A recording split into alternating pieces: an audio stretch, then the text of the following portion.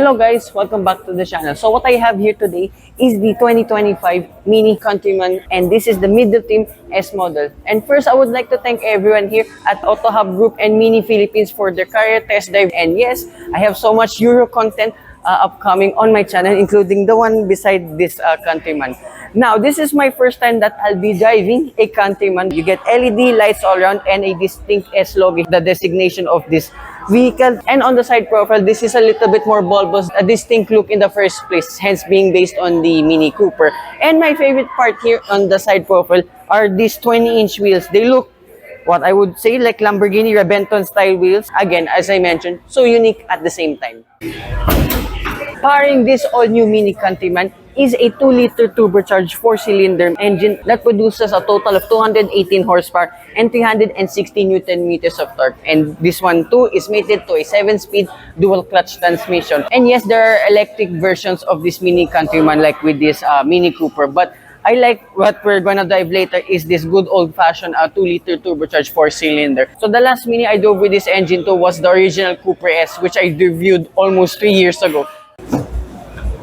Here in the interior of this all-new Mini Countryman, yeah, a lot has changed with this vehicle. And of course, the biggest eye-catching feature with this Countryman is this circular infotainment system. There's a lot you can do to check out for your vehicle settings, for your Android Auto, Apple CarPlay, for your fuel economy, and your navigations as well. It's a little bit laggy at times, but once you go to the maps example itself, it's pretty responsive. For your reverse camera, I find that pretty crystal clear too. Here in the door card, wow, it's really good. I mean, there's a lot of fabric. It's a two-tone scheme, brown and blue. Everything what you touch here is, yeah, a lot more premium than the Minis of yesteryear. And probably to one of the most unique door handles. It's pretty flat too. And then the steering wheel, it's, well, 2.5 spoke, I say, because one of the few cars that I've ever known that has a cloth for the third spoke just down below. Really thick, as you can hear, and it won't just move, or you cannot just easily cut it off. Don't attempt that though. Cruise controls and for your phone connectivity. And the dashboard, once again, has this fabric texture on it. This part is plastic, but at least makes up for this one. You get a heads-up display too, so you can see your speedometer here above and as well here too in the infotainment system itself. Above here, you get your light controls, safety reminders, and controls for the panoramic sunroof that stretches all the way to the rear seats. Visor, you get a vanity mirror with the light. Don't extend sadly, but the quality is good nonetheless.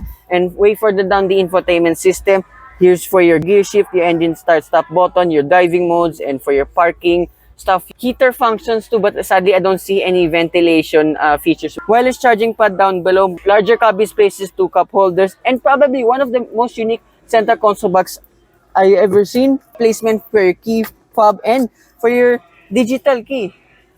This is the first time I actually saw this. That's cool. And for the central armrest, it doesn't move up or down, but it moves forwards and backwards at least. And further down, you have again a cabin space, 2 USB Type-C ports, and a 12-volt socket.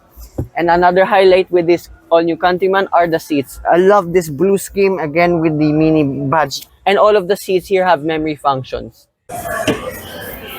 Now for the rear seats of this Mini Countryman, here in the door card, pretty much the same like the ones in front, but the entire fabric texture is now brown. So I love the ripple effect, the ones you get in front. But I mean, here it's not so bad. And the space here compared with the Coopers, like before, and the first time too I sat ever in a Mini Countryman, this is actually really, really good. A lot more spacious now than the Coopers. 2 map pockets on either side, and here in the middle, 2 air conditioning vents, a cabin space, 2 USB Type-C ports. If I sit here in the middle, yeah, there's a large transmission tunnel, but I mean, it's all right for this type of crossover. And then if I open this up, this one reveals 2 cup holders with flimsy grips on it. And haven't said this too in a while, like with its stablemates, you get Isofix anchor points on either side. Now, what's pretty unique with this Mini Countryman, folding down the rear seats is easy as so, but the middle one moves separately. So if you want to pull in longer items, you can just, let me demo it properly, pull this down separately. Come on, there you go. So if you want to have a pole or something or ski stuff, even though we don't ski here in the Philippines, this will come in handy. Now, for the practicality of this Mini Countryman, it's pretty spacious too. So you have a total here of 450 liters, which as demoed, you can fit an entire box. And one of the best tonneau covers I've ever seen in any car. This has somewhat like of a Union Jack effect with a Mini logo on it. And of course, it will double once you fold all of the seats down. And as for the rear two of this Mini Countryman, a big overhaul in the design itself. And then you get Union Jack 2 for your taillights. Right, so we're gonna dive the all-new Mini Countryman. And this is all the diving modes. And I found finally go-kart mode. And let's try it. And there's pumped-in audio, of course, once you use this feature.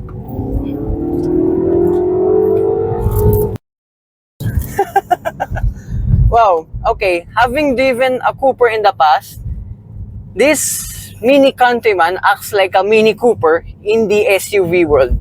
And yeah, this is the other thing I noticed too. There is no manual mode whatsoever with this Countryman. But for this transmission itself, when it shifts up and down automatically, it's actually really good. And it's surprisingly really peppy. 0 to 100 km per hour time is done in 7.1 seconds. And it's very much believable.